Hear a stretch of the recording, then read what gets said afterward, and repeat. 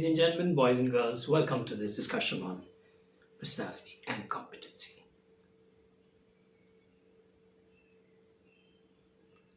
I do not want to hide the severe fact.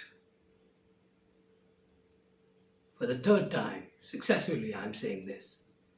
Without a bit of mathematics, it will be difficult for us to understand personality. Though it'll be my earnest desire and earnest exhibition to make it simplified. If you go step by step, very easy. Don't we learn the tables of 2 and 3 and 4 like that, as we graduate? Suppose you're asked to read a table of 19. I think it'll be pretty messy, isn't it? The day would be messy, the time would be messy. Suppose you have to do tables of 23. Yeah, that'll be very difficult, isn't it? Probably very few people can do that.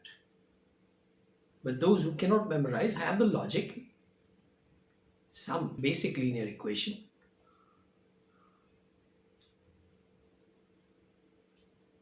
By virtue of which they can solve. Somebody will do it at a high speed, the speed of talk, and somebody will do it at the thinking speed. Let me tell you, 23 into 7 would be, let's say I look at a table of 25, so I subtract 14 from that, 7 into 2, 14, etc., etc. Somebody will do that.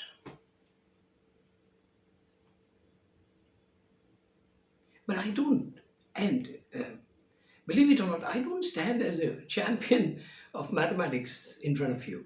No, not at all. Because if you overdo mathematics, many other features of the concept of personality and competency would be lost sight of. Because we are not so rational. What makes us feel that we are rational?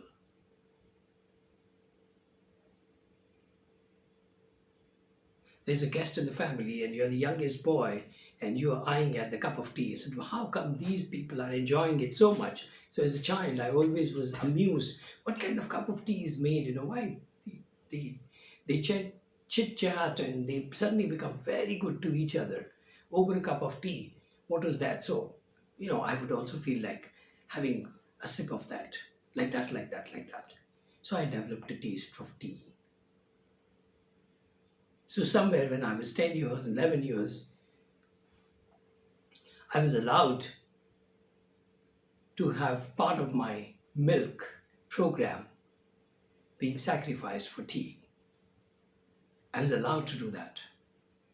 But I think I picked up the taste for tea rather too early in my childhood. Don't do that. I still laugh and I feel better about children, who continue to have their glass of milk till the age of 17, 18. There are children, nice children.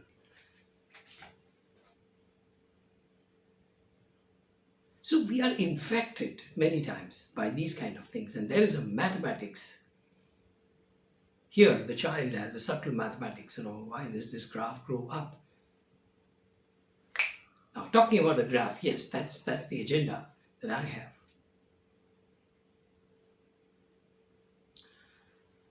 If you look at a simple graph, if you're looking at the background of my image, okay, it has got two dimensions. One is this axis and this is another axis. You go to graph, you'll see this axis and this axis. So if you want to draw a point in the universe of space, you will have to know how far it is from y-axis and how far it is from x-axis. That's the location of the place. So when you do a Google location, that's what they are trying to do. They have looked at the earth, they have taken a picture of the earth from the top, and this is how they're done. So you know the location.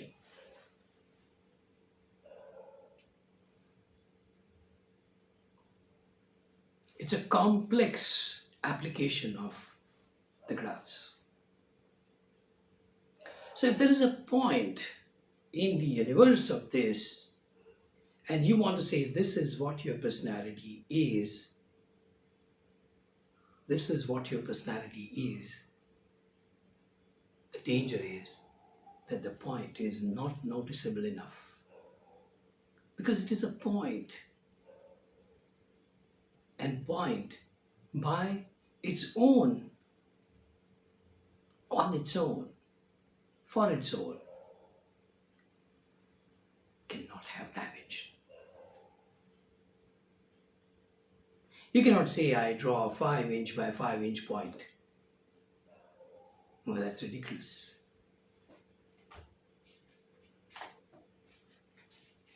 That's ridiculous. You don't introduce anybody as he's a man and she's a woman. That's ridiculous.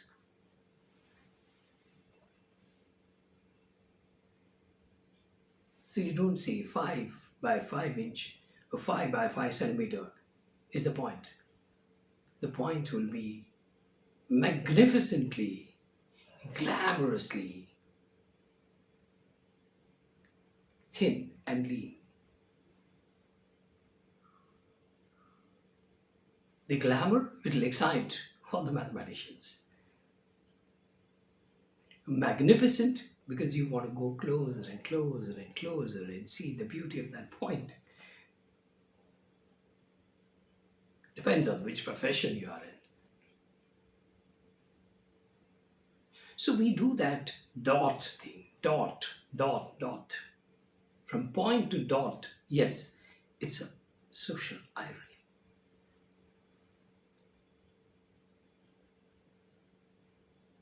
We will be able to represent personality only if there are at least 2 points. Because 2 points I can draw a line. Maybe, not a direction. Not a direction, it's a segment. Again, a bit of early day geometry. It is a segment, it is not a ray. It is a segment. So we don't know it's going from left to right or right to left. We don't know.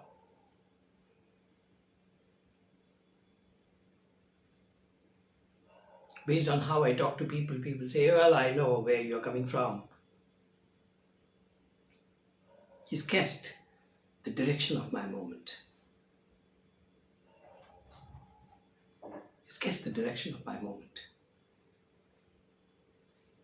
So that's only a part of the whole thing. But that is minimum required. A line. So when I want to place myself on the graph, I want to know what personality I am. I cannot forget this basic geometry. And what is basic and what is advanced? I mean, I believe if somebody has a problem of division, subtractions, additions, understanding the remainders, quotients, I still have a problem. After years into this profession, I still don't know. I don't know the geometry of the universe. I don't know the geometry of the universe. I don't know the cosmic algebra. I don't know. I don't know how many angles are possible to be conceived in a sphere, in a space. How many items, how many angles are possible to be conceived in the sphere? I don't know. So the moment my journey from matter to mind starts, I'm confounded. I'm confounded. I have morbid fears of getting lost like a little child in a temple crowd. Like a little child in a festival crowd. And in India we have it. We have it.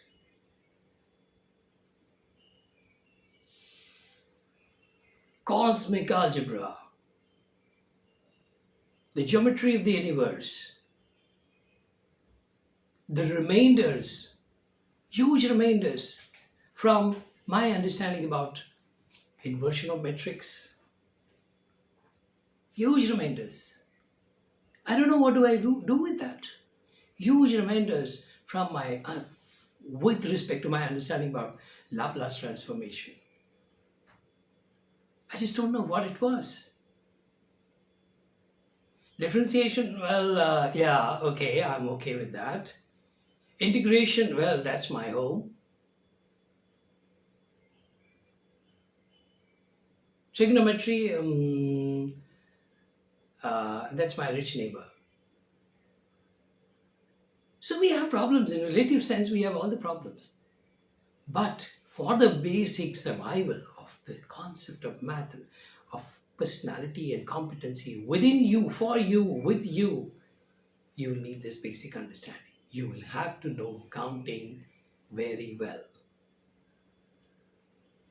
So as long as you know addition, subtraction, multiplication, division,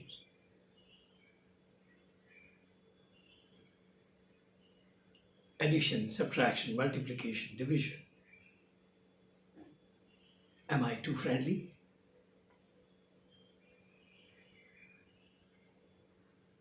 So let me dare to say the tail piece also.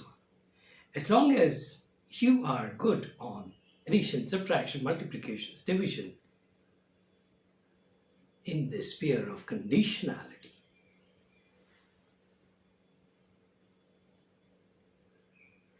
in the sphere of conditionality, the circumstance, probably you have a good chance of understanding the behavior.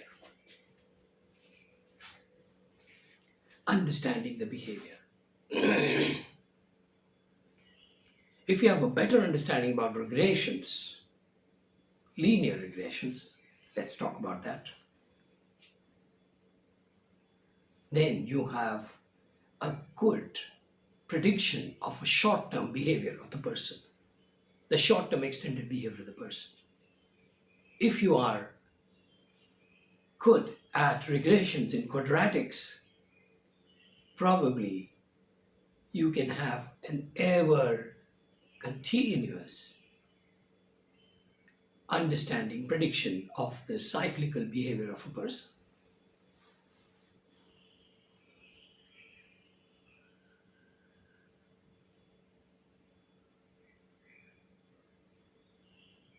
Check with your colleagues around, check with your friends around what does quadratic mean, what does linear mean, and it will be fascinating for you to know. Through this discourse, at least these two new terms look much more friendly now, much more easy, much more practicable. What is not very easy to understand is what we have never practiced. In Ayurvedic doctors call something a hydrotherapy, and what is so funny about what is so distinguished about hydrotherapy? Don't we gulp a glass of water every now and then for refreshments? Don't we do that? So, beginning of hydrotherapy is our desire to gulp down a glass of water at different temperatures. As the winter days start, I get a shock for my throat if I take an early morning normal water. So I have to warm it and then take it. But if I warm it and heat it and make it extremely hot, it will give me another hot shock also. I can't sing, I can't talk.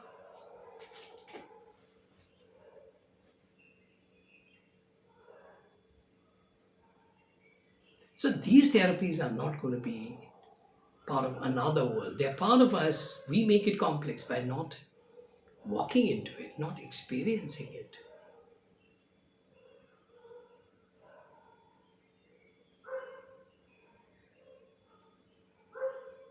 So, ladies and gentlemen, boys and girls, we are into a serious pursuit of understanding personality. And why? Why? Because we first want to understand ourselves. Before I try to understand the shape of the universe, I must know the shape of the universe of my life. I must know the shape of the universe of my life. Then I will know what universe is. Then I'll know what life is. Then I'll know what time is.